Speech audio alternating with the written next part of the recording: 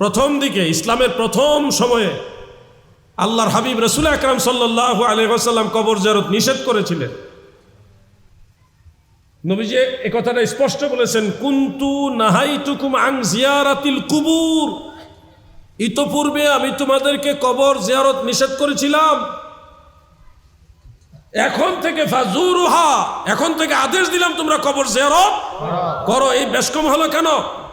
যুবক ভাইয়েরা আমার, কেন আল্লাহর হাবিব কবর জিয়ারত করতে নিষেধ করেছিলেন? হাকিকত হলো ইসলামের প্রথম দিকে নামাজ প্রকাশ্যে পড়া নিষিদ্ধ ছিল, প্রকাশ্যে আজান দেওয়া যেত না, নামাজ পড়া যেত না। আমার নবীজি সেজদায় গেলে আল্লাহর হাবিবের মাথা মোবারকের উপরে উটের পচা নারী ভুঁড়িগুলি ঢেলে দিত। আল্লাহর হাবিব যখন নামাজে দাঁড়াইতেন, মক্কার কুফারেরা পাথরের এইভাবে বড় বড় টুকরা দিয়ে নবীজিকে ঢিল মারত। নামাজের মধ্যে নবীজির জেসম মুবারকে, বদন মুবারকের মধ্যে পাথরের আঘাতগুলি লাগতো। কত কষ্ট করে আমার নবীজি নামাজ পড়েছেন। মক্কার মানুষ আদর করে না, মক্কার মানুষ ব্যাপকভাবে নবীজিকে গ্রহণ করে না বিদায় আমার দয়াল নবী বড় আশা করে তায়েফে গেছেন। মক্কার মানুষ যদিও ইসলাম গ্রহণ করছে না, হয়তো তায়েফের মানুষ ইসলাম গ্রহণ করবে। ওখানে যাওয়ার পরে তায়েফের কাফের কুফারেরা আমার দয়াল নবীজিকে পাগল বানাইয়া, পাগল সাজাইয়া দল বেঁধে পাথর মারতে মারতে আমার নবীকে 3 বার বেহুশ করছে। ইসলামের প্রথম সময়টা বড় কষ্টের সময় ছিল ভাই আমার। ওই সময় সাহাবীদেরকে সুযোগ পাইলে হত্যা করে ফেলা হতো, কতল করে ফেলা হতো। সাহাবীদেরকে দয়াল নবীজি গোপনে গোপনে পরামর্শ দিয়ে আবিসিনিয়া সহ বিভিন্ন জায়গায় হিজরত করাই দিছে। তোমরা মক্কায় থেকো না, তোমরা মক্কা থেকে অন্যত্র চলে যাও, সময় হলে আমি তোমাদেরকে আবার নিয়ে আসবো। এইভাবে সাহাবীদেরকে দল বাঁধাইয়া বিভিন্ন দেশে নবীজি পাঠাই দিছে। মক্কার পরিবেশ এত কঠিন ছিল, এমনকি হযরতে সুমাইয়া সহ বেশ কয়েকজন সাহাবীকে খুব নৃশংসভাবে হত্যা করা হয়েছে, বল্লম দিয়ে লজ্জাস্থানাঘাত করে শহীদ করা হয়েছে। এই ধরনের ঘটনাও মক্কার জমিনে ঘটেছে। তখন মুসলমানদের কোনো কবরস্থান ছিল না। মুসলমান মারা গেলে পশু পাখির মতো বিভিন্ন জায়গায় ফেলে দিত, পুঁতে রাখতো। কোনো কবরস্থানের মধ্যে মুসলমানদের দাফন করা হতো না। শোনো হে চট্টগ্রামের মুমিন মুসলমান, ইসলামের প্রথম সময়টা বড় কঠিন করুণ সময় ছিল। ওই সময় যত কবরস্থান ছিল এগুলি কাফের মুশরিকদের কবর ছিল, ইয়াহুদ এবং নাসারাদের কবর ছিল। সেই ইয়াহুদ এবং নাসারা কাফের মুশরিকদের কবর, বলেন তো ইসলাম ধর্মে কাফের বিধর্মীদের কবর জিয়ারত করার কোনো বিধান আছে? যেহেতু তখন মুসলমানদের কোনো কবরস্থানই নাই, যেই কবরস্থান আছে এগুলি সব মুশরিকদের কবর, যারা ইসলাম মানে না তাদের কবর। ইহুদিদের কবর আছে, খ্রিস্টানদের কবর আছে, আপনারা জানেন কিনা? বাংলাদেশে তো আছে। এই বিধর্মীদের কবর যেহেতু চতুর্দিকে, তখন নবীজি বলছে তোমরা কবর জিয়ারত করবে না। কিন্তু যখন নবীজি পরবর্তীতে হিজরত করে মদিনা মুনাওয়ারায় গেলেন, মুসলমানদের আলাদা কবরস্থান হলো জান্নাতুল বাকি। পরবর্তীতে মক্কা মুকাররমায় জান্নাতুল মুআল্লায় অনেক সাহাবী দাফন হয়েছে। তখন মুসলমানদের কবরস্থানগুলি বিভিন্ন জায়গায় জাগ্রত হয়েছে। জুলহুলাইফা, ওখানেও একটা কবরস্থান হলো, বিভিন্ন মহল্লার আশেপাশে কবরস্থান হইতেছে। তখন নবীজি বলছে ফাজুরুহা, তোমরা এখন থেকে কবর জিয়ারত করো। তাহলে যুবক ভাইরা, মুরব্বী বাবারা, আমার সমবয়সী ভাইরা, আপনারা সবাই একটা বিষয় আমাকে বলুন, ইসলামের প্রথম দিকে কবর জিয়ারত নিষেধ ছিল কারণ কি? তখন মুসলমানদের কবরস্থান ছিল না। মনে রাখবেন এই কথাগুলো। পরবর্তীতে নবীজি কবর জিয়ারতের আদেশ দিয়েছেন কারণ তখন মুসলমানদের অ্যাভেলেবেল কবরস্থান হয়েছে। বিষয়টা ইজি না?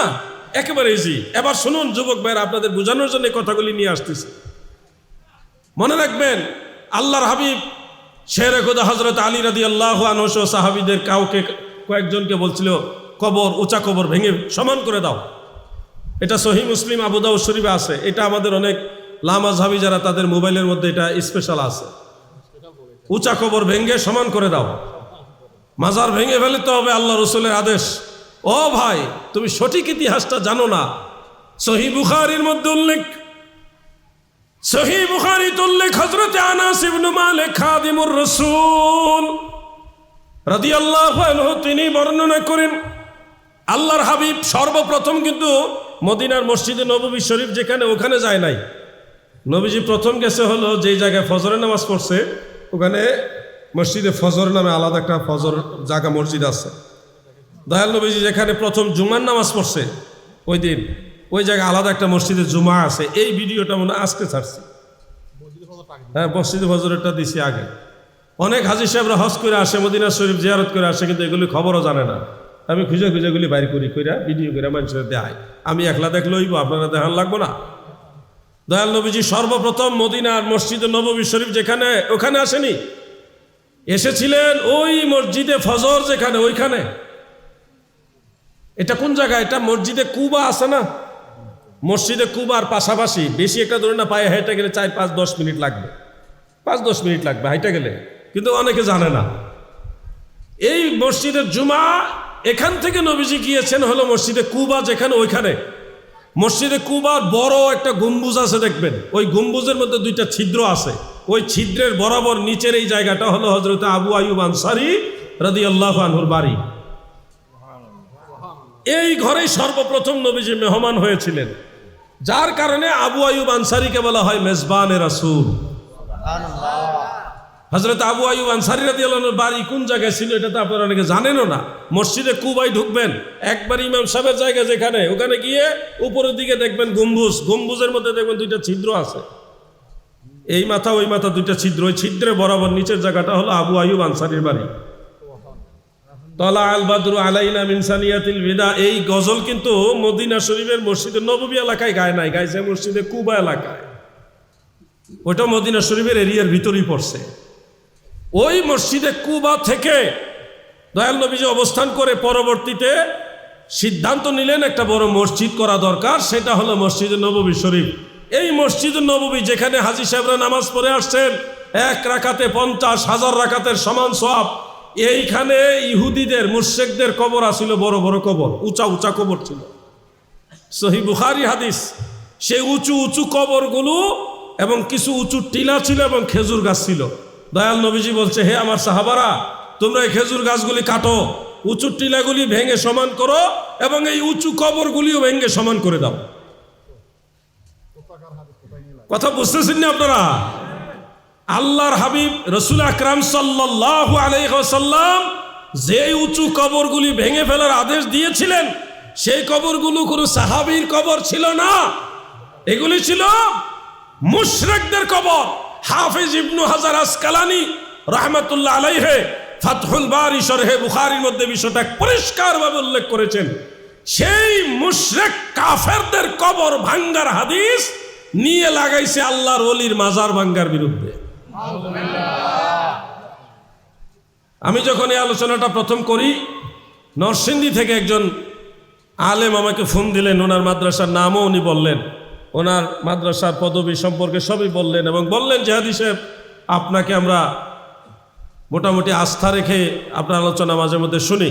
আপনি বললেন মদিনার মসজিদে নববী শরীফের উঁচু কবর ইহুদি বা মুশরিকদের ছিল, এটা বুখারী এবং ফাতহুল বারিতে আছে, এটা কি আপনি আমাকে তথ্য দিয়ে না? প্রথম বলছে আপনি বলছেন দলিল আছে, এটা কোন জায়গায় আছে, আমাকে অথেন্টিকভাবে দলিল দেন। পরে আমি বুখারী শরীফ এবং ফাতহুল বারির কথা বললাম, তো উনি বললেন এভাবে বললে তো খুঁজে পাবো না। এরপরে আমি বলছি হোয়াটসঅ্যাপে নক করেন, আমি আবার সহ দিয়ে দিই।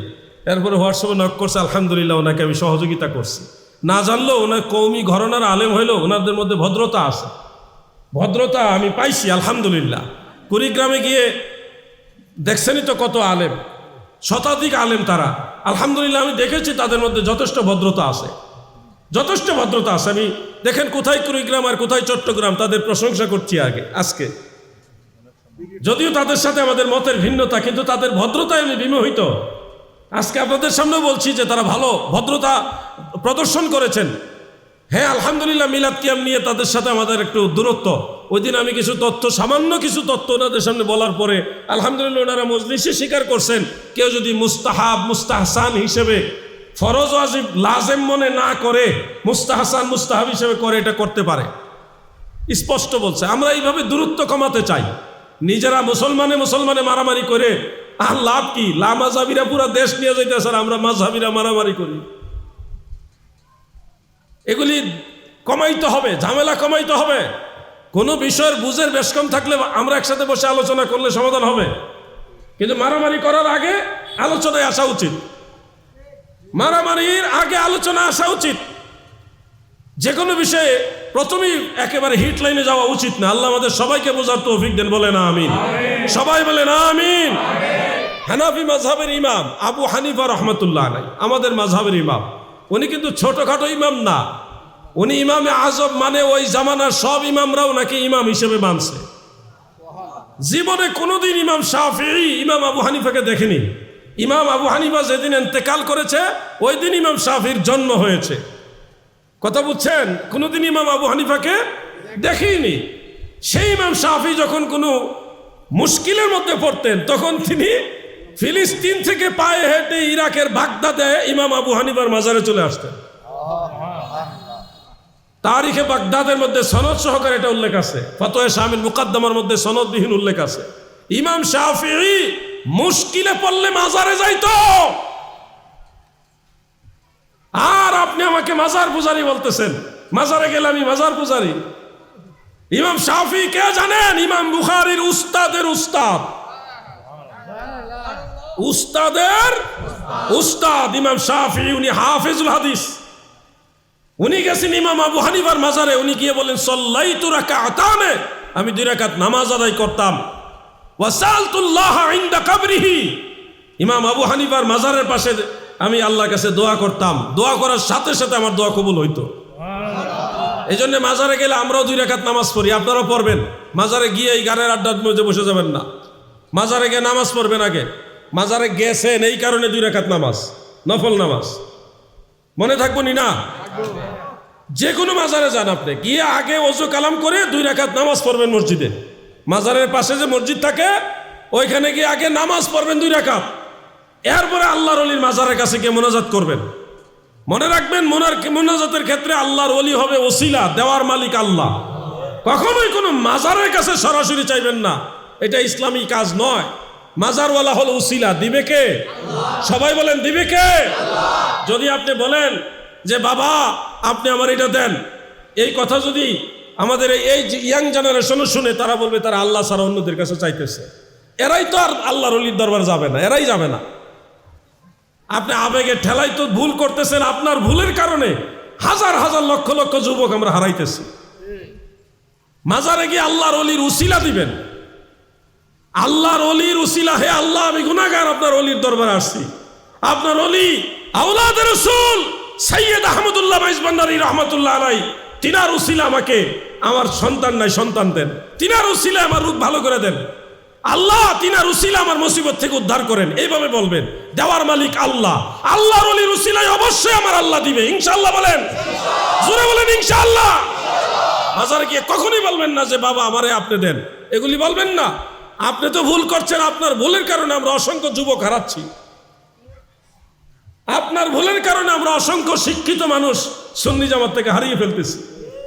ইমাম আজম আবু হানিফার মাজারে গিয়ে ইমাম শাফি নামাজ পড়তো, তাহলে আমরা মাজারে গিয়ে কি করব? আগে 2 রাকাত নামাজ পড়বো, এরপরে আল্লাহর ওলির মাজারের কাছে গিয়ে দোয়া করব। দোয়ার আগে খালি হাতে দোয়া করেন না, কিছু দুরূদ শরীফ, কিছু সূরা কেরাত এগুলি পড়ে দয়াল নবীজি সহ সমস্ত জামে আম্বিয়া, জামে আউলিয়া তিনাদের নজরানা দিবেন, হাদিয়া দিবেন।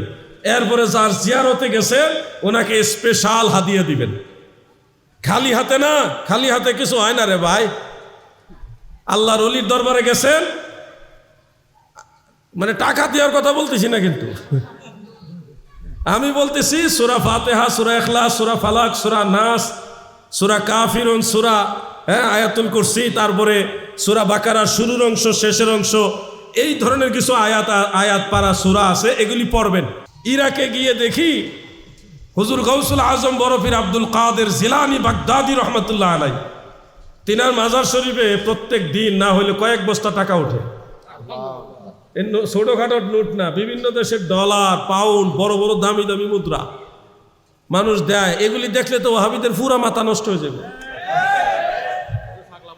হযরতে ইমাম হুসাইন রাদিয়াল্লাহু আনহুর মাজার হলো কারবালা শরীফে।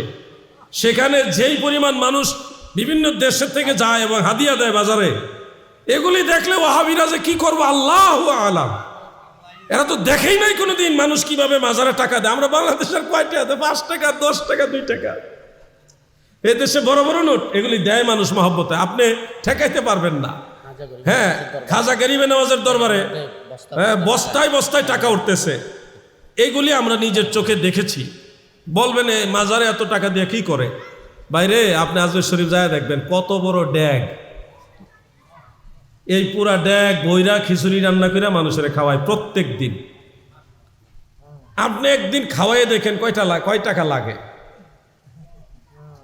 বলবেন সব টাকা কি লাগে? না, সব টাকা লাগবে কেন? এই যে মানুষগুলি রান্না বান্না করছে, মাজারের বিভিন্ন দায়িত্বে তারা সময় ব্যয় করছে, তাদের কি পরিবার পরিজন নাই? তাদের সন্তানাদি নাই? তাদের এই পরিবারের খরচটা কি আসমান থেকে আসবে? প্রত্যেকটা মসজিদে যে খাদেম সাহেব, ইমাম সাহেব, মুয়াজ্জিন সাহেব, খাদেম সাহেব, ওনাদেরও তো পরিবার আছে। অতএব সব ক্ষেত্রেই এই ব্যয়গুলি ধরতে হবে।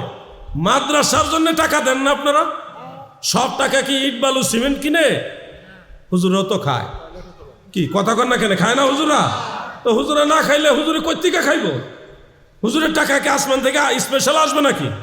প্রত্যেকটা ব্যাপারে আপনাকে কমন সেন্স রেখে কথা বলতে হবে। আমি দেখেছি ইয়েতে কারবালা শরীফে, নাজাফ শরীফে, শেরে খোদা মাওলা আলীর মাজার হলো নাজাফ শহরে, না কারবালা না, কারবালা থেকে আর একটু দূরে কুফানগরীর পাশে নাজাফ আল আশরাফ এটাকে বলা হয়। সেই নাজাফ শরীফের মধ্যে শেরে খোদা মাওলা আলী রাদিয়াল্লাহু আনহুর মাজার শরীফ। সেইখানে গিয়ে দেখি রাস্তার দুই ধারে দুপুরবেলায় বড় বড় বিরিয়ানির ড্যাগ। আমি ভাবছি প্রথম মনে হয় এরা বিরিয়ানির ব্যবসা করে, বিরিয়ানি বিক্রি করে মনে হয় তারা ইনকাম করে। পরে দেখি ডাকতেছে হাজ্জি, ইয়া হাজ্জি, ইয়া হাজ্জি, মানে হাজি করে ডাকে। মানে আরব দেশের মানুষ অনেকে আমার হাজি ইয়া জায়রিন দেখে জায়রিন হিসেবে ডাকে। তো সেই হিসেবে ডাকতেছে, গেলাম, ভাবলাম যে এই খিচুড়ি এই বিরিয়ানি আমার পছন্দ হয় না, এটা খাবো কীভাবে। পরে দেখি ফ্রি দিয়ে দিতেছে, ফ্রি। এখান থেকে নিয়ে গেছে না, একটু সামনে গেলে আবার ফ্রি। আরেকজনে পানি দিতেছে ফ্রি, পানি ফ্রি। জায়গায় জায়গায় পানির নহর বানানো, এবং সেখানে লেখা যে পানি পান করুন আর কারবালা ইমাম হুসাইনের কথা স্মরণ করুন, আরবিতে লেখা। এইভাবে পানির নহর আর খাবার, বিকালবেলা ফ্রি চা খাওয়ায়। চা ওই দেশেও চা আছে, চা খাই আসছে আমরা বিকালবেলায়, লাল চা, খুব সুন্দর চা ফ্রি খাওয়াইতেছে। এই যে মানুষের মধ্যে একটা খাওয়ানোর দেওয়ার একটা স্পৃহা, এটা কিন্তু আমাদের বাংলাদেশের বানানো না। আরবের সেই আল্লাহর অলিরা, সেই বাগদাদের আল্লাহর অলিরা, সেই ইয়েমেনের আল্লাহর অলিরা, সেই মক্কা মুকাররমার আল্লাহর অলিরাই কিন্তু এই দেশে আসছে। এসে আমাদেরকে ইসলামও শিখাইছে, মেহমানদারিও শিখাইছে, হাদিয়া দেওয়া নেওয়া এটাও শিখাইছে। আপনি চট্টগ্রামের কালচার আর রাজশাহীর কালচারের মধ্যে কিছু না কিছু বেশ কম পাবেন। রাজশাহী তো আল্লাহর অলি আছে, কিন্তু ওইখানের চেয়ে বেশি আল্লাহর অলি হলো চট্টগ্রাম, এটা মাদিনাতুল আউলিয়া। এই শিক্ষাগুলিকে আপনি অ্যাভয়েড করতে পারেন না। আপনি বলবেন সারা বিশ্বের সবচেয়ে বড় আল্লাহর অলি, আল্লাহর নবী মুহাম্মদ মুস্তাফা সাল্লাল্লাহু আলাইহি ওয়াসাল্লাম, ওনার মাজারের কাছে কোনো দান বাক্স নাই কেন? তোমার পীরের মাজারে দান বাক্স লাগে। রাহমাতুল লিল আলামিন নবীর রওজা মুবারকের কাছে দান বাক্স নাই কেন?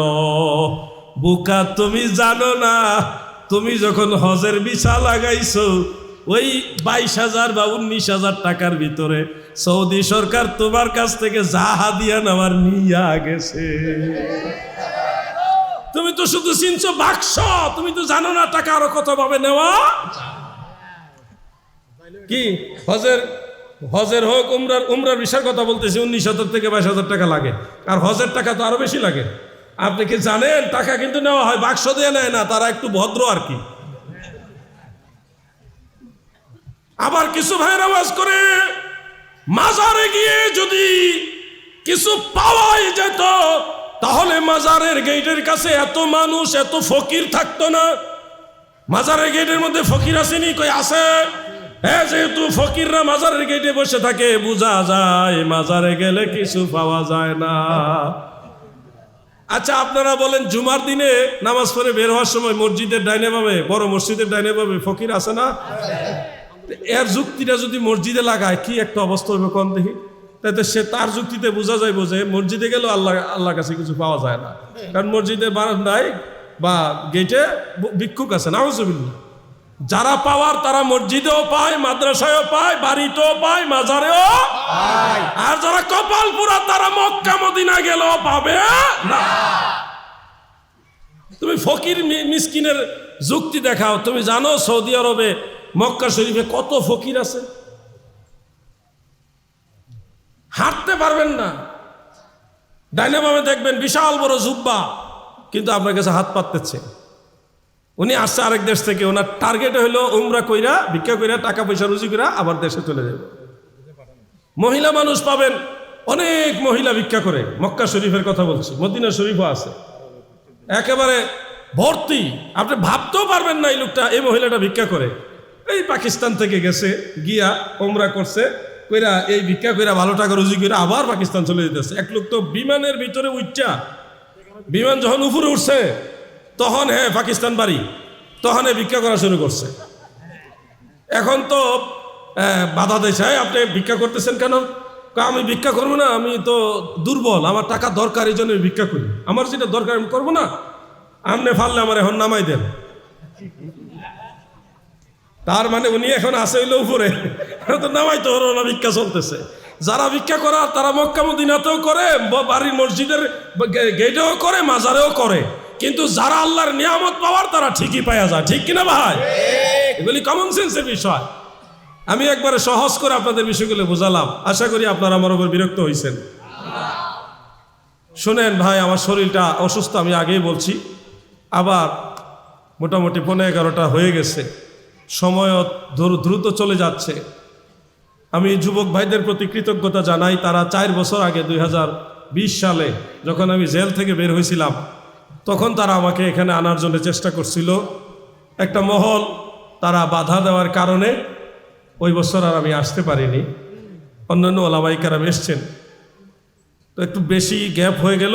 আল্লাহ পাকের শুকরিয়া, আলহামদুলিল্লাহ সুম্মা আলহামদুলিল্লাহ যে আপনাদের এলাকায় আসতে পারছি। যুবকদের প্রতি শুকরিয়া যে তারা কষ্ট করে আয়োজনটা করেছেন। প্রতি বছর অত্যন্ত মহব্বতের সাথে ধুমধামের সাথে আয়োজন করবেন, এটা আমি আপনাদের কাছে অনুরোধ করে গেলাম। আমি হয়তো হায়াতে বেঁচে থাকলে বারবার দেখা হবে, আর না হয় হাসরের ময়দানে। হ্যাঁ শুনছি আমি সবই, বলছে প্রয়োজনে হেলিকপ্টার দিয়ে আনবে। পরে যুবকরা কই হেলিকপ্টার আনতেও তো বাধা দিতে পারে রাজনৈতিকভাবে, আমরা নৌকা দিয়ে নিয়ে আসবো, এটার বাধা দেওয়া যাবে না। নদী দিয়া নৌকা দিয়ে আনার সিদ্ধান্ত নিয়েছিল। যাই হোক, আইন প্রশাসনকে তারা শ্রদ্ধা করছে, সম্মান করছে। একবার না আসলে পরে আসছে, কারো ঠেকায় রাখা যায় না রে ভাই। আমরা সুন্নিরা এমন এক মনে করেন নবী পাকের প্রতি ফিদা, যে আমরা বন্দুকের নালের সামনে দাঁড়ায় যদি কস যে তুই ওয়াহাবি হয়ে যাবে, ওইটার না। কারণ আমরা দলিল দিয়ে সুন্নি না, বিনা দলিলে সুন্নি, ঠিক কিনা বলে?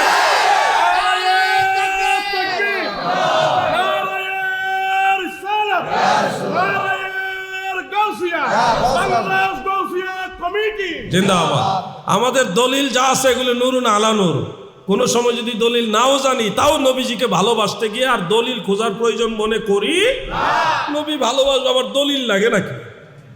সাহাবাই কেরাম কি জিজ্ঞাসা করছি, ইয়া রাসূলুল্লাহ আপনাকে মহব্বত করতে হবে, এটার দলিল কি? দলিল দিয়ে ভালোবাসে? ওনারা বিনা দলিলে নবীজিকে ভালোবাসে। এই জন্যে ওলিউল্লাহ আশিকি সাহেব গজল গাইতেন মাঝে মধ্যে, ভালো যদি বাসতে হয় নবীকে বাসো, মন যদি দিতে হয়। এই গজলগুলি খুব ভালো লাগে, মায়া লাগে। নবীর শান অনেক গজল বের হয়েছে, এগুলি শোনাও যায় না। মানে কি যে স্টাইল করতে করতে করতে করতে ওনার কণ্ঠ যে আছে, এটাই জাহের করা হইলো মূল মাকসাদ। আমাদের মূল মাকসাদটা যেন হয় নবীর মহব্বত, সুর যেন মূল মাকসাদ না হয়। সুরও দর লাগবে, কিন্তু টার্গেট যদি সুর হয়ে যায় তখন গজলের মধ্যে মজা থাকে না, কথা বলছেন না, ফায়েজ থাকে না। এই জন্য আগে মূল টার্গেটটা হবে মহব্বত, সাথে হবে সুর, তাইলে দেখবেন আল্লাহ রহমত নাজিল হয়ে গেছে।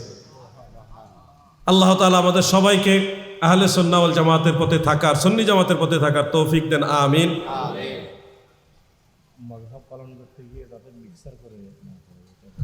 মাযহাব পালন করতে গিয়ে কখনো হানাফি, কখনো শাফি, কখনো হাম্বলি, কখনো মালিকি, এরকম করা যাবে না। এরকম করলে আপনি বিভ্রান্ত হবেন।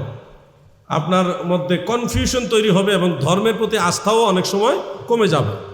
যেমন আপনার একটা রোগ হয়েছে, সেক্ষেত্রে ডাক্তার আপনি কয়েকজন দেখাইতে পারেন, অসুবিধা নেই, কিন্তু ট্রিটমেন্ট করার পরে ওষুধ খাবেন যে কোনো একজন ডাক্তারের। একই রোগের জন্য একই সাথে 3-4 জন ডাক্তারের ওষুধ যদি মিক্স করে খান, নিশ্চয়ই আপনি তাড়াতাড়ি সুস্থ হবেন। বিষয়টা সেম, আপনি কনফিউশনে পড়ে যাবেন আত্মিকভাবে। আপনি দেখেন না, হানাফি মাযহাবের একটা আমল, তারপরে শাফি মাযহাবের আরেকটা, হাম্বলি মাযহাবের আরেকটা, মালিকি মাযহাবের আরেকটা, 4-5টা মাযহাবের নিয়ে যদি করেন, একটা সময় ইসলামের প্রতি আপনার আস্থা এটা কমে যাবে, মানে একটা কনফিউশন তৈরি হয়ে যাবে, আত্মার মধ্যে রোগে ধরে যাবে। এই জন্য কখনো একসাথে 3-4 মাযহাব মিলাইয়া মানবেন না, একটা। আপনি জানার জন্য সব মাযহাব নিয়ে স্টাডি করেন, কিন্তু মানার ক্ষেত্রে একটা মাযহাব মানবেন। আল্লাহ যেন সবাইকে বোঝার তৌফিক দেন, বলেন আমিন। সবাই বলেন আমিন। যে বিভিন্ন সময় বিভিন্ন আলেমদের মাঝে মতানৈক্য দেখা যায়, একজন আলেমের সাথে আরেকজনের একটা ম্যাচিং হয় না, এক পীরের বক্তব্যের সাথে আরেক পীরের বক্তব্য অনেক সময় ম্যাচিং হয় না, তখন একটা কনফিউশন তৈরি হয়। সেক্ষেত্রে আমরা সঠিক সুন্নিয়ত কিভাবে চিনব? আমার এই বক্তব্যটা একটু মনোযোগ দিয়ে শুনবেন।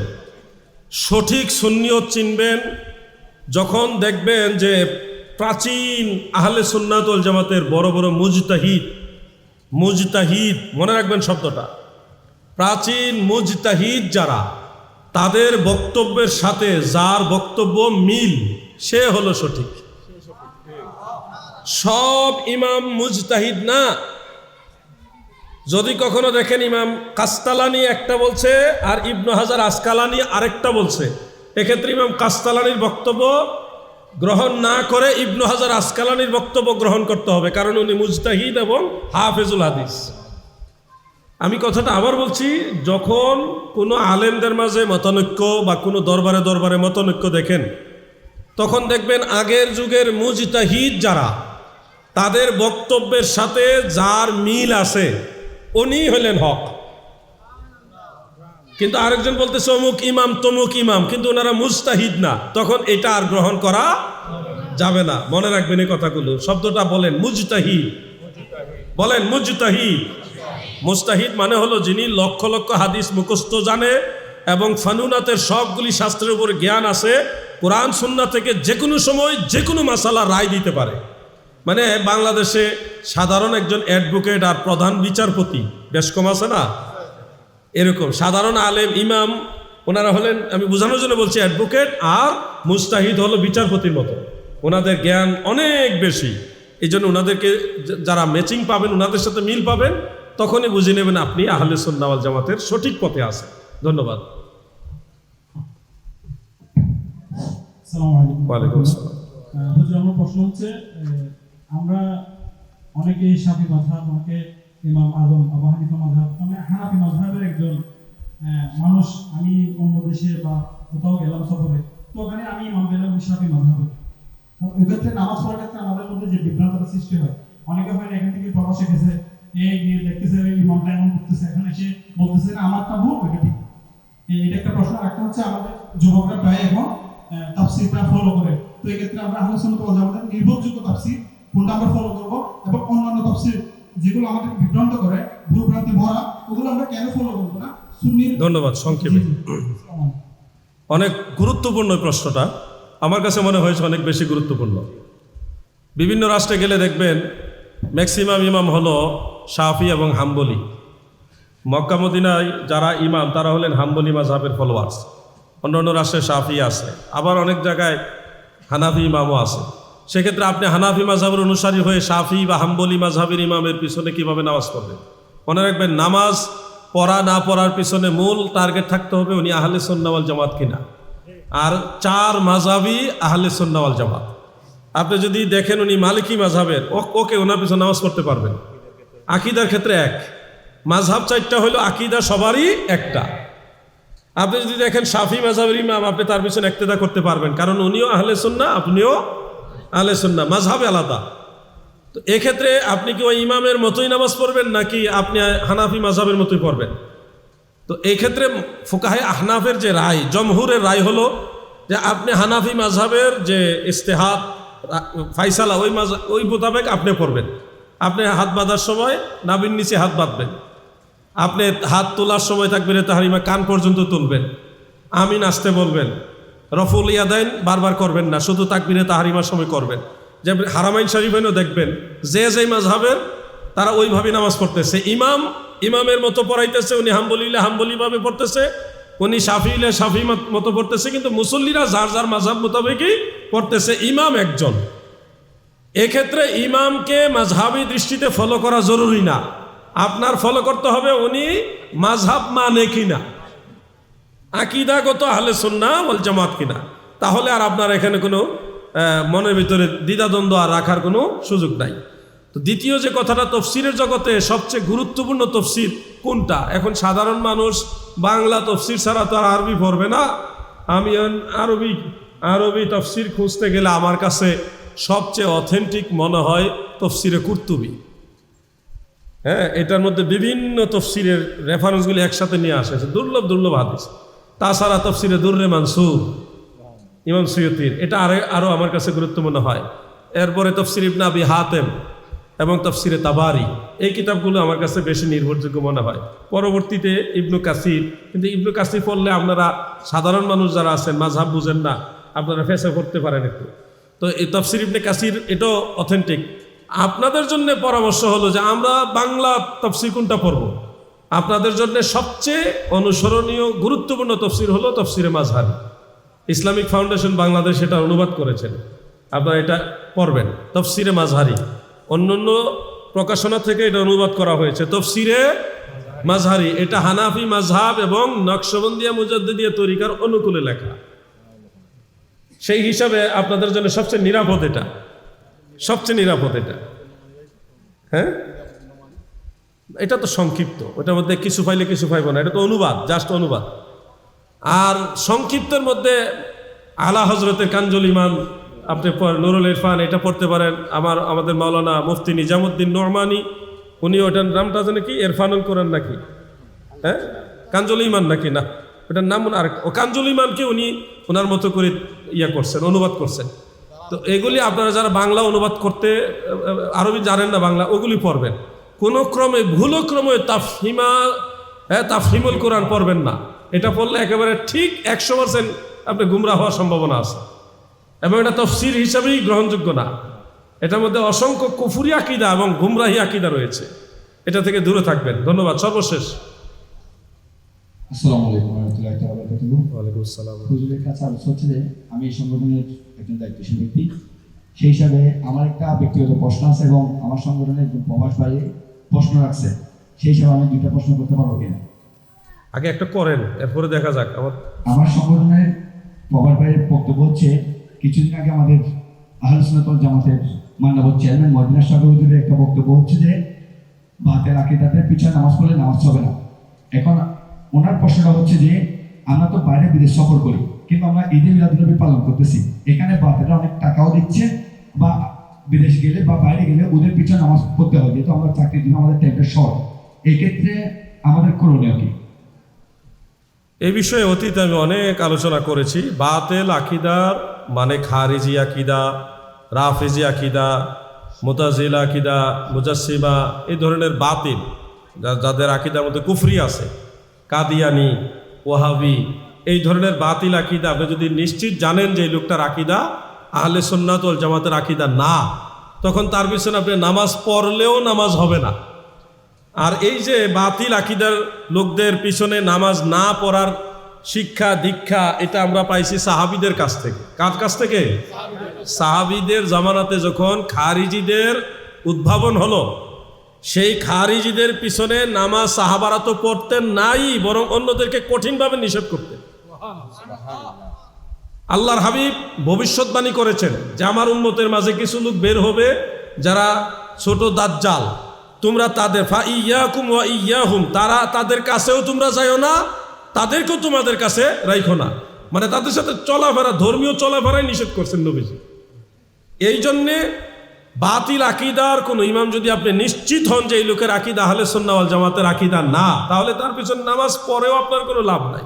প্রবাসী ভাইয়েরা যারা আছেন, ম্যাক্সিমাম ক্ষেত্রে আমার যতটুকু জানা, আরব বিশ্বের মধ্যে শুধুমাত্র নির্দিষ্ট কিছু ইমাম ছাড়া ম্যাক্সিমাম ইমাম হলো মাযহাব মানে, সেই জন্যে অন্য মাযহাবের ইমাম হইল সে আহলে সুন্নাহ, অসুবিধা নেই, তাদের পিছনে নামাজ পড়বেন।